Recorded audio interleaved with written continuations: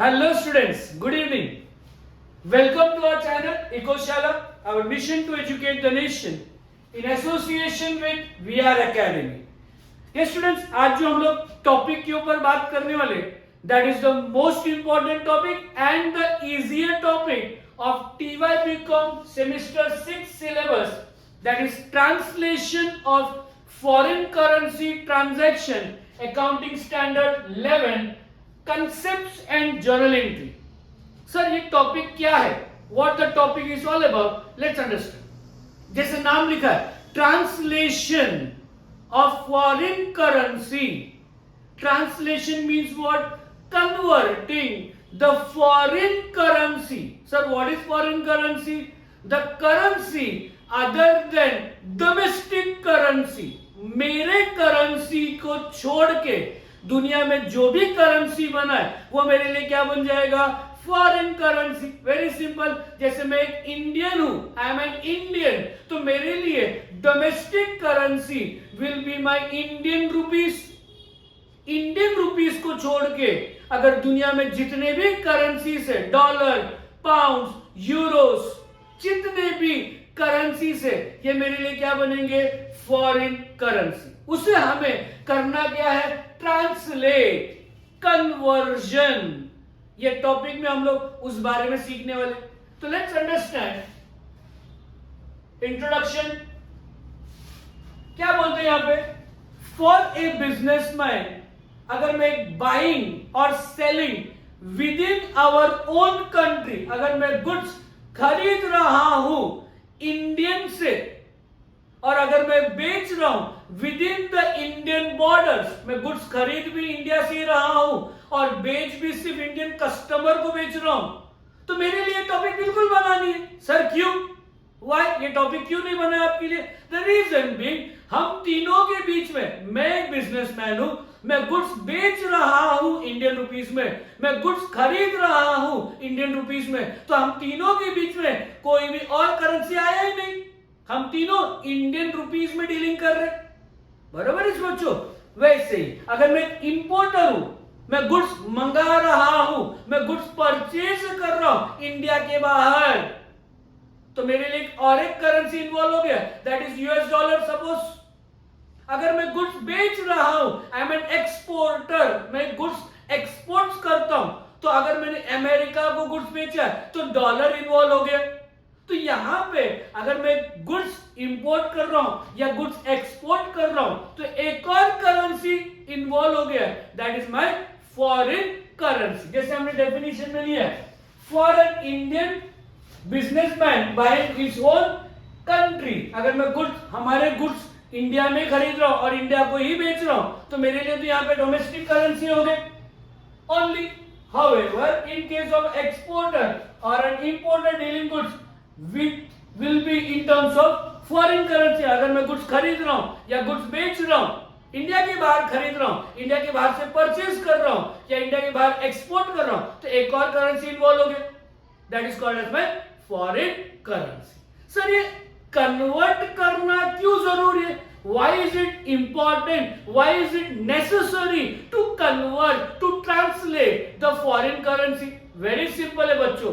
मैं गुड्स अगर इंपोर्ट कर रहा हूं अमेरिका से, आई एम एन इंपोर्टर, मैं गुड्स अमेरिका से गुड्स इंपोर्ट करता हूं और बेच रहा हूं हमारे देश में, हमारे भारत देश में गुड्स बेच रहा हूं, तो सिंपल चीज है, मैं ट्रेडिंग अकाउंट के डेबिट में टू परचेज लिखूंगा, लेकिन अमाउंट क्या? डॉलर 10,000, लेकिन मेरे बाकी सब अमाउंट तो रुपीस में है. सही बात है बच्चों.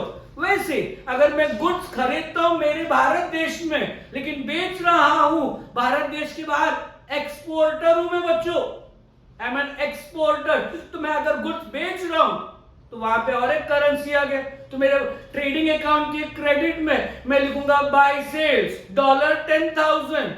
तो मैं जब ट्रेडिंग अकाउंट क्लोज करूंगा या मैं प्रॉफिट एंड लॉस अकाउंट जब क्लोज करूंगा तो मुझे परफेक्ट आंसर थोड़ी ना आएगा, मुझे ग्रॉस प्रॉफिट कैलकुलेट करने में तकलीफ हो जाएगी.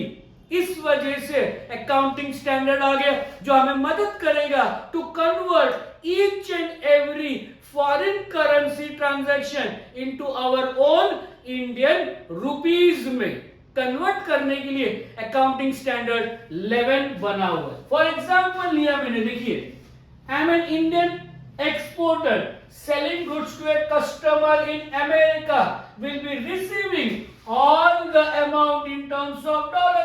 जब मैंने गुड्स बेचा है, डॉलर में बेचा है, तो सामने वाला मुझे डॉलर में पैसे देगा, मुझे डॉलर्स में पैसे देगा, और मैं तो इंडियन हूं, तो मुझे तो यहाँ पे क्या करना होगा, डॉलर थोड़ी ना रख सकता हूं, नहीं, डॉलर को मुझे क्या करना होगा, यहाँ पे कन्वर्ट करना होगा।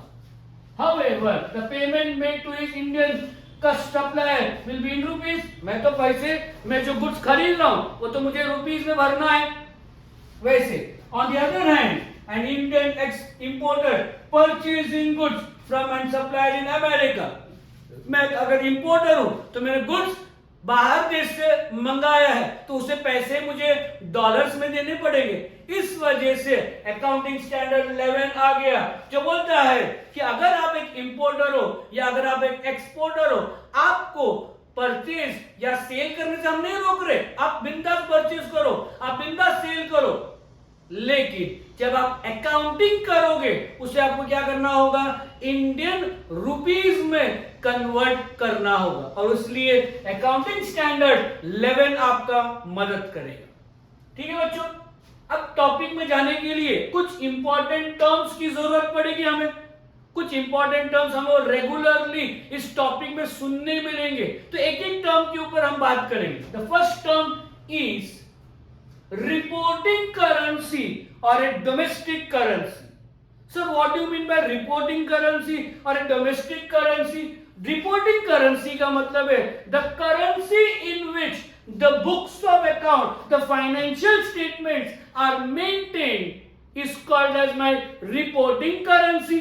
अगर मैं इंडियन हूं तो मेरे लिए रिपोर्टिंग करेंसी क्या बनेगा बच्चों, रुपीस, बराबर है कि नहीं, Indian rupees will be my reporting currency because मेरे पूरे फाइनल अकाउंट, पूरे फाइनेंशियल स्टेटमेंट मुझे इंडियन रुपीस में बनानी होगी। नेक्स्ट इज फॉरेन करेंसी, जैसे मैंने बात की, the currency other than reporting currency is called as my foreign currency. अगर मैं इंडियन हूं मैं, तो मेरे लिए रिपोर्टिंग करेंसी बन जाएगी इंडियन रुपीस। तो मेरे लिए फॉरेन करेंसी क्या, मेरे इंडियन रुपीस को छोड़ के दुनिया में जितने भी करेंसी है वो सब मेरे लिए क्या बन गए, foreign currency. Dollar, pounds, riyals, Euros, ये सब मेरे लिए क्या बन गए, फॉरेन करेंसी। जैसे मैंने एक एग्जांपल भी यहाँ पे लिया है, for an Indian exporter exporting goods to UK, pound will be called as my foreign currency. Next बढ़ते हैं बच्चों, exchange rate। What is an exchange rate? The ratio between two currencies, the ratio between two currencies। जैसे हमने सीखा $1 is equal to ₹50, $1 is equal to ₹80। तो $1 ये currency US dollar is equal मतलब क्या, इक्विलिब्रियम, दोनों के बीच में इक्वालिटी। अगर आपको $1 का खरीदना है या $1 का बेचना है तो आपको इंडियन रुपीस में 80 रुपए, 80 रुपीस देना होगा। Next is the spot rate. What is spot rate? The exchange rate on the date of transaction. जिस दिन आप परचेस कर रहे हो, जिस दिन आप पैसा दे रहे हो, जिस दिन आप सेल कर रहे हो, डेट, वो डेट में एक्सचेंज रेट क्या था, that is called as my spot rate. जैसे डेफिनेशन लिया मैंने, spot rate means the exchange rate on the date of transaction. What is transaction? Purchase of goods, sale of goods, payment made, payment received, ये सब मेरे लिए date है, transaction से। उस ट्रांजैक्शन के दिन, डेट को जो एक्सचेंज रेट होगा वो हमारे लिए क्या बनेगा, एक्सचेंज। तो मैंने यहाँ पे लिखा भी है, transactions are always translated at spot rate. अगर आपने सपोज आज का दिन 1 अप्रैल को आपने गुड्स खरीदा $10,000 और आज 1 अप्रैल को $1 का रेट है 80 रुपए, तो क्या करना होगा sir, $10,000 into 80 rupees. Very simple. तो ये मल्टीप्लीकेशन वाला एंट्री पास करना होगा। Next, what is the closing rate? Closing rate का मतलब है the exchange rate on the date of closing 31st March या 31st December. The exchange rate on the date of balance sheet is called as my closing. कौन सा दिन balance sheet बनाते हम लोग? On the 31st March या 31st December को हम बैलेंस शीट बनाते, क्लोज करते, बुक्स ऑफ अकाउंट क्लोज करते, उस दिन एक्सचेंज रेट क्या था? That is called as my closing rate. All year end balance are translated at closing rate. ठीक है बच्चों? Next, the most important topic of foreign exchange translation, और ये अगर आपको समझ में आ गया तो मैं तो बोलता हूं 100% टॉपिक आपको समझ में आ गया। यहां पे फॉरेन एक्सचेंज, यहां पे फ्लक्चुएशन होने वाली। Sir what do you mean by fluctuation? Change. Very simple, मैंने खरीदा 80 रुपए में, 1 अप्रैल को मैंने $10,000 खरीदा, $1 का रेट था 80 रुपए। 10 दिन के बाद 1 या 10 अप्रैल को जिस दिन मैं पैसे दे रहा हूं, पेमेंट कर रहा हूं, उस दिन है 81 रुपी। मैंने खरीदा 80 रुपए में और मैं पेमेंट कर रहा हूं 81 रुपीज में बच्चों, तो मेरा 1 रुपए का क्या हो गया? लॉस हो गया। मैंने खरीदा 80 रुपए में और मैंने पेमेंट करना 81 रुपीज में, तो मेरा 1 रुपए का लॉस हो रहा है, फ्लक्चुएशन हो रहा है। तो let's understand, exchange rate during the year never remains the same. कुछ भले में 1 रुपया नहीं, शायद 50 पैसा, 25 पैसा, 10 पैसा, जो कुछ ना कुछ तो फ्लक्चुएशन बढ़ता है या कम होता है। It depends upon demand and supply. तो यहां पे लिखा है हमने, it keeps on fluctuating based on market factors. Demand supply जैसे आपने इकोनॉमिक सब्जेक्ट में सीखते हो, because of different element exchange rate, gain or loss may arise between the date of actual transaction. अगर मैं इंपोर्टर हूं तो मेरे लिए purchase is the actual transaction, और जिस दिन मैंने सेटलमेंट किया उस दिन के रेट में डिफरेंस होगा तो ये एंट्री हमें पास करना है।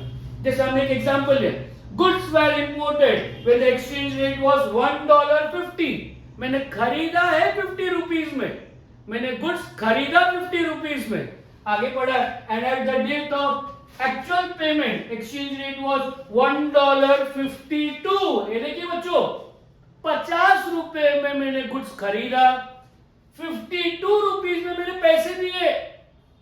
50 रुपए में गुड्स खरीदा है मैंने, 52 रुपीज में मैंने पैसे दिए, पेमेंट किया, तो मेरा प्रति डॉलर, $1 के पीछे मुझे 2 रुपए का लॉस हो गया। Yes or no? Therefore, a loss arises at the rate ₹2 per dollar.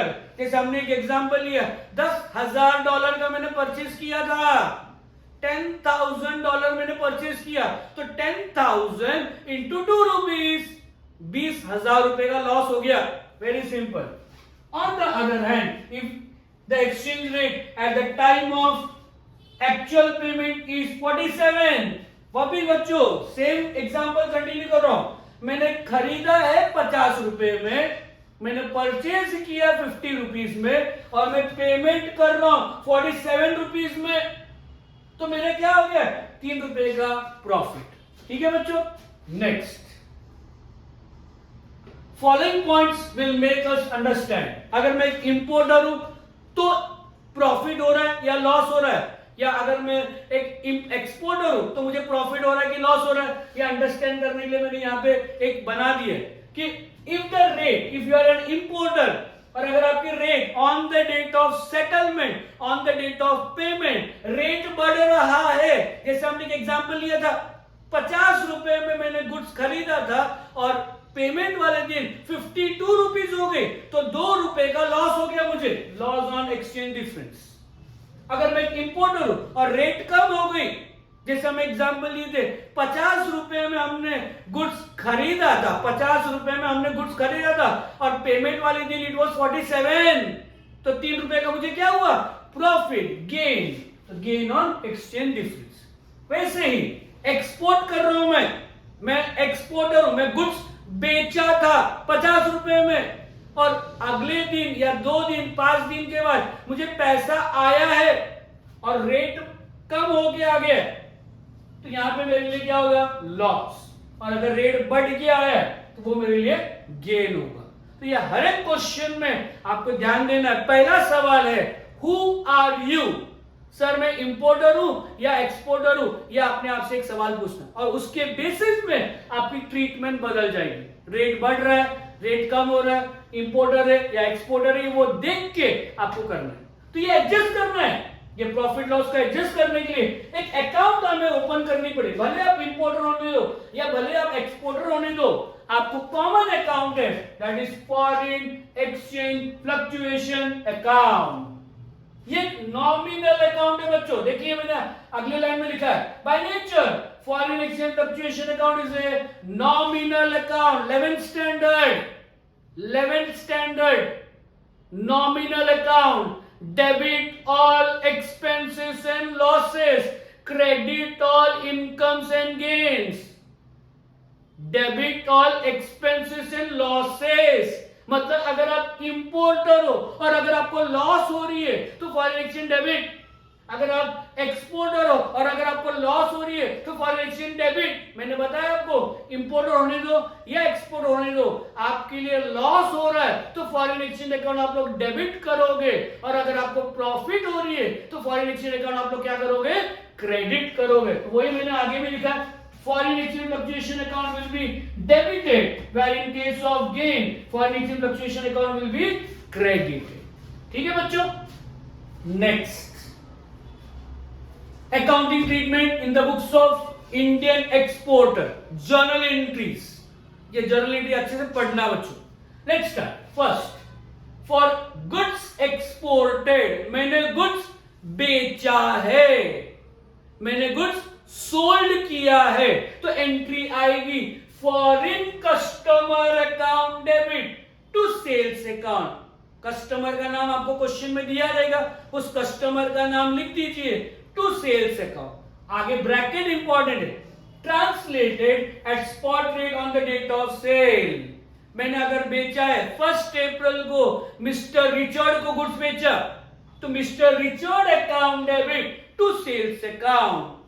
Suppose हमने 1 अप्रैल को गुड्स बेचा और उस दिन $10,000 का रेट, वहां पे $1 इज इक्वल टू 30 रुपीज, तो $10,000 मैंने बेचा at 30 rupees, 10,000 into 30 spot rate. ठीक है बच्चों।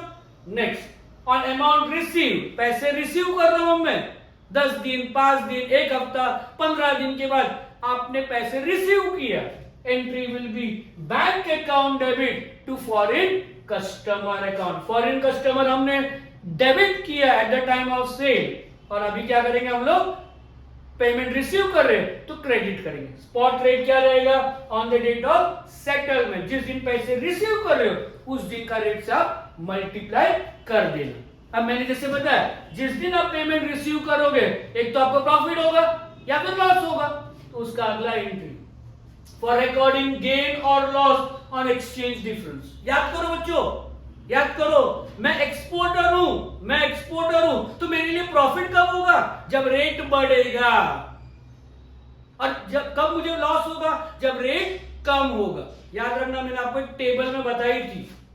ठीक है। Next, in case of gain, rate gain कब होगा, जब रेट बढ़ गया, मैंने खरीदे 50, मैंने बेचे 50 रुपए में और रिसीव कर रहा हूं 55 रुपीज। मैंने गुड्स बेचा है 50 रुपए में और रिसीव कर रहा हूं 55 रुपीज, तो प्रति डॉलर 5 रुपए का फायदा, तो प्रॉफिट हो रहा है। तो हमने सीखा है foreign exchange fluctuation account will be credited. Entry क्या आएगा, foreign customer account debit to foreign exchange fluctuation account. In case of loss, loss कब होगा, मैंने बेचा है 50 रुपए में और जिस दिन पैसा रिसीव कर रहा हूं उस दिन है 48 रुपीज, तो प्रति डॉलर मुझे 2 रुपए का लॉस हो रहा है, 2 रुपीज का लॉस हो रहा है, तो डिफरेंस को एडजस्ट करना है। एक बार ये सब एंट्री पास हो गए, हमने लिखा है after passing the above entry, record करने के बाद फॉरेन एक्सचेंज अकाउंट आप लोग क्या कर दो, क्लोज कर देना। क्लोज करने के बाद जो फॉरेन एक्सचेंज अकाउंट में डेबिट में बैलेंस आई तो आप लिखोगे टू प्रॉफिट एंड लॉस, और अगर क्रेडिट में बैलेंस आई तो by profit, the balance will be transferred to profit and loss account. समझे बच्चों। Next, accounting treatment in the books of Indian importer. हम गुड्स परचेज करने वाले, हम गुड्स परचेज करने वाले। So for goods imported, purchase account debit to foreign supplier. Supplier का नाम आपको क्वेश्चन में दिया रहेगा, उससे मल्टीप्लाई कर दीजिए। कितना खरीदा, मल्टीप्लाई बाय जिस दिन खरीदा उस दिन का स्पॉट रेट क्वेश्चन में दिया रहेगा, मल्टीप्लाई कर दीजिए। फिर 10 दिन के बाद हमें पैसा देना है, एक हफ्ते बाद पैसा दे रहे तो फॉरेन सप्लायर क्या हो जाएगा, डेबिट होगा। देखिए आपने जब परचेज की थी तो फॉरेन सप्लायर हमने क्रेडिट किया था, और आज हम लोग पैसा दे रहे तो फॉरेन सप्लायर हमने डेबिट कर दिया टू बैंक अकाउंट। जिस दिन आपने पैसे दिए उस दिन का रेट मल्टीप्लाई बाय जितना डॉलर, जितना पाउंड, जितना यूरोस पे कर रहे हो उससे मल्टीप्लाई कर दीजिए। वापस वही बात, जब आप प्रॉफिट या लॉस के बारे में सोचेंगे, सर प्रॉफिट या लॉस कब होगा, प्रॉफिट और लॉस, इंपोर्टर हूं मैं, इंपोर्टर है तो मुझे प्रॉफिट कब होगा, जब रेट कम होगा। मैंने खरीदा है 50 रुपए में, मैंने खरीदा है 50 रुपए में, और जिस दिन मैंने पैसे दिए उस दिन था 48 रुपीस, तो प्रति डॉलर मेरे को 2 रुपए का प्रॉफिट। और प्रॉफिट हुआ तो हमने सीखा है foreign exchange fluctuation account will be credited and which account will be debited, foreign supplier account. ठीक है, इन केस ऑफ गेन सीख लिया, इन केस ऑफ लॉस, लॉस कब होगा, जब रेट बढ़ेगा। हमने खरीदा 50 रुपए में और पेमेंट किया 53 रुपीस, खरीदा 50 रुपीस में, पैसे दिए 53 रुपीस, तो प्रति डॉलर मुझे 3 रुपीस का लॉस हो रहा है, 3 रुपीस का लॉस हो रहा है। तो foreign exchange fluctuation account will be debited and foreign supplier account will be credited. बाकी तो सेम है, foreign exchange fluctuation account close कर दीजिए, जो बैलेंस आएगा उसको आपको कहां से एडजस्ट करना है, profit and loss account. Debit में है तो टू प्रॉफिट लॉस, क्रेडिट में है तो by profit and loss account. ठीक है बच्चों, आगे बढ़ते। The most important part of foreign exchange topic, revaluation of debtor and creditor. Sir ये क्या कंसेप्ट है, ये कंसेप्ट तब आएगा जब आपका कोई भी पेमेंट आउटस्टैंडिंग है उस साल के एंड तक। एक एग्जांपल के साथ समझेंगे ताकि आपको अंडरस्टैंड हो जाएगी। देखिए मैंने एक एग्जांपल लिया, एक इंपोर्टर का एग्जांपल लिया मैंने। I have taken example of an importer, मैंने गुड्स खरीदा है। एक क्वेश्चन जैसे सॉल्व करेंगे। देखिए बच्चों, लेट्स अंडरस्टैंड द एग्जांपल। मैंने 1 जनवरी 2023 को गुड्स खरीदा है, कितना, $10,000 एट द रेट ₹70, 70 रुपए में मैंने गुड्स खरीदी। ठीक है बच्चों, नेक्स्ट, फॉर पेमेंट किया, $10,000 का परचेज किया था, $6,000 मैंने पे कर दिया एट 60 रुपीस। ठीक है, फिर अगला पेमेंट मैंने किया, $10,000 का गुड्स खरीदा, $6,000 मैंने पे किया, बचे 4,000। मैंने जैसे बताया कभी रिवैल्यू करना है आपको, रिवैल्यू कब करना है, जब आपने खरीदा 1 साल में और पैसे थोड़ा बहुत पे कर दिया लेकिन कुछ बाकी रह गया, आउटस्टैंडिंग है, एक तो मिलना बाकी है या देना बाकी। जैसे मैंने एक एग्जांपल यहां पे लिया बच्चों, $10,000 का हमने गुड्स खरीदा था, 6,000 पे कर दिया मैंने, तब तक साल खत्म हो गए, 31 मार्च आ गई मेरी, साल क्लोज हो गए और उस दिन रेट है 65 रुपीस, और पैसे मैंने अगले दिन 1 अप्रैल को दिया। अब 1 अप्रैल को पे किया मतलब वो अगला साल में चला गया बच्चों, फाइनेंशियल ईयर एंड हो चुका है 31 मार्च को, 31 मार्च को साल खत्म हो चुका है, 1 साल खत्म हो गया, हम दूसरे साल में आ गए, 1 अप्रैल के बाद अगला साल चालू हो जाता है 2023-24। तो ऐसे एग्जाम्पल को पूरी तरह से हम लोग सॉल्व करेंगे। देखिए पहला एंट्री क्या बात करेंगे sir, for purchase of goods. हमने जो जर्नल एंट्री वाली पार्ट है उसको मैंने क्वेश्चन जैसे बना के आपको अंडरस्टैंड करने के लिए बता दिया। तो पहला दिन एंट्री क्या होगा, 1 जनवरी 2023। हम पहला एंट्री क्या बात करेंगे, for purchase of goods, goods purchase किया, एंट्री क्या आएगा, purchase account debit to foreign supplier account. कैसे कैलकुलेट करोगे, $10,000 इंटू 70 रुपीज, 70 रुपए में खरीदा था बच्चों। आंसर आ गए 7 लाख रुपीज। ठीक है, अगला फॉर 1 फरवरी पहला पेमेंट कर रहे हैं हम लोग। कितना पे कर रहे हैं हम लोग? $6,000। तो उसके लिए एंट्री बना foreign supplier account debit to bank account. अब देखना लाइव एग्जांपल, देखो मैंने गुड्स खरीदा है 70 रुपए में, मैंने गुड्स खरीदा है 70 रुपीज में, मैंने पैसे भरे 60 रुपीज में। मैं इंपोर्टर हूं बच्चों, आई एम एन इंपोर्टर। मैंने 70 रुपए में खरीदा और 60 रुपीज में पैसे दिए, तो बोलिए 10 रुपए का प्रॉफिट। देखिए फिर एंट्री आई मेरे पास for journal entry for profit. Profit हो गया, मुझे प्रॉफिट हुआ तो हम क्या करते हैं? फॉरेन एक्सचेंज फ्लक्चुएशन अकाउंट हम लोग क्रेडिट करते हैं। और डेबिट क्या होगा? Foreign supplier. कितने का सर? 10 रुपया। परचेज किया 70 रुपीज, पेमेंट किया 60 रुपीज, तो 10 रुपए का मुझे क्या हो गया? प्रॉफिट। ठीक है, आगे इंपॉर्टेंट एंट्री। इंपॉर्टेंट एंट्री क्या है? For revaluation of outstanding balance. Sir ये रीवैल्यूएशन मतलब क्या? आपने गुड्स खरीदा था 70 रुपीज में, ध्यान से सुनना बच्चों, ध्यान से सुनना, आउटस्टैंडिंग बैलेंस को एडजस्ट कर रहा हूं मैं।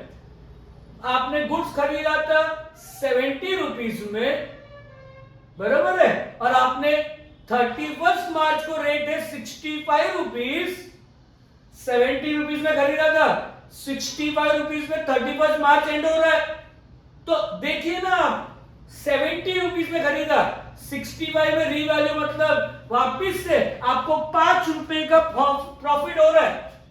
Foreign supplier account debit to foreign exchange fluctuation, difference 70 और 65, 70 एंड 65, $4,000 बच गए थे। हमने $10,000 की परचेज की थी, $10,000 का परचेज किया था, उसमें से 6,000 भर दिए, जो भर दिया वो भूल जाओ, जो बचा है उसको रिवैल्यू करना है। $4,000 इंटू 5 रुपए। ठीक है, नेक्स्ट नॉर्मली आप फॉरेन एक्सचेंज क्लोज कर दीजिए। डेबिट में बैलेंस आएगा तो to profit and loss, credit में आया तो बाय प्रॉफिट एंड लॉस। ये एक साल खत्म हो चुकी, 2022-23 ये साल इधर खत्म हो गए। अब हम अगला साल में 2023-24 में जाएंगे। 2023-24 में एंट्री क्या पास होगा? पहला एंट्री क्या होगा? For payment. पहला तो पैसा दे दो, 31 मार्च को आपका साल खत्म हुआ है, 1 अप्रैल को अगला साल स्टार्ट होगा, आपको पैसे देने, पेमेंट करना है, तो पेमेंट के लिए एंट्री क्या आएगा? Foreign supplier account debited to bank account. Amount कितना है? $4,000 इंटू 80 रुपीज, 80 रुपए में आपको पैसे देना है। दे दिया, भर दिया। अब इंपॉर्टेंट पॉइंट, अब the most important point for recording loss. Sir ये लॉस कैसे हुआ? ध्यान से सुनना बच्चों, कंपैरिजन 65, 70 नहीं। आपने गुड्स खरीदा था 70 में, आपने गुड्स खरीदा था 70 में, वो आपने पिछला साल रीवैल्यू कर दिया। एक बार आपने रीवैल्यू कर दिया तो वो रेट भूल जाओ, 70 को भूल जाओ बच्चों। आपका भी अगला रेट क्या रहेगा? 65। क्लोजिंग रेट से आप कंपेयर करोगे, 70 से नहीं। आप कंपैरिजन किससे करोगे? 70 से नहीं, 65। 31 मार्च को जो रेट है बच्चों, 31 मार्च को रेट है 65, तो आप 65 और 80 के बीच में कंपेयर करोगे। आपका 31 मार्च को रेट था 65 और 31 मार्च के बाद आपने पहला पेमेंट दिया 80 रुपए में, तो आपको प्रति डॉलर 15 रुपए का लॉस हुआ। प्लीज अंडरस्टैंड पॉइंट बच्चों, 65 से कंपेयर करना, 70 से नहीं। 31 मार्च को अगर आपने रेट बदल गया, रीवैल्यू कर दिया, तो आप 65, 31 मार्च को जो रेट है, मैंने एग्जांपल जो लिया है वो 65 का रेट लिया था, तो 15 रुपए का मुझे लॉस हो रहा है।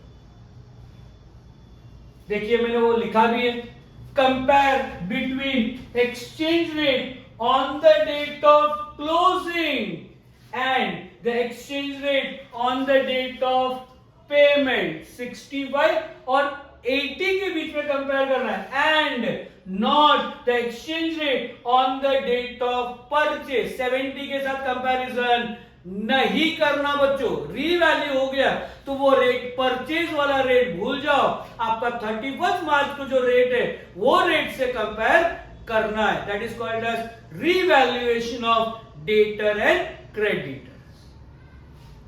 तो यहां पे मैंने डेफिनेशन पे लिया, देखिए, at the end of accounting year if any foreign supplier और कस्टमर रिमेन्स अनपेड। आपने खरीदा था $10,000, आपने पिछले साल $6,000 भर दिया, अभी भी $4,000 बाकी है, वो अनपेड है। The unpaid amount should be revalued at closing rate as on the date of balance sheet. Comparison किसके साथ करोगे? पेमेंट डे, ये परचेज रेट और क्लोजिंग रेट इधर। Any exchange difference between the spot rate on the date of transaction and closing rate should be accounted as profit or loss through foreign exchange fluctuation account. अगले साल में further on the date of settlement, the subsequent year, the calculation of loss or gain on exchange difference spot rate on the date of settlement will be compared with the closing rate। बच्चों याद रखना, closing rate, closing rate, closing rate, closing rate, purchase rate के साथ नहीं, on the date of balance sheet and not spot rate on the date of transaction. याद रखना बच्चों, revaluation आपके एग्जाम में भी ये ऐसे ही टाइप के क्वेश्चन आती है, ऐसे ही क्वेश्चन। आपने परचेज किया एक साल में, थोड़ा बहुत पेमेंट कर दिया और बाकी का पेमेंट आपको अगले साल करना है या अगले साल मिलेगा, तो रीवैल्यू करना कंपलसरी है। Please try to understand. ठीक है बच्चों, thank you very much. Please share, comment and like our video. Any doubt please आपके कमेंट सेक्शन में डाल दीजिए। I will be solving your doubts. Thank you.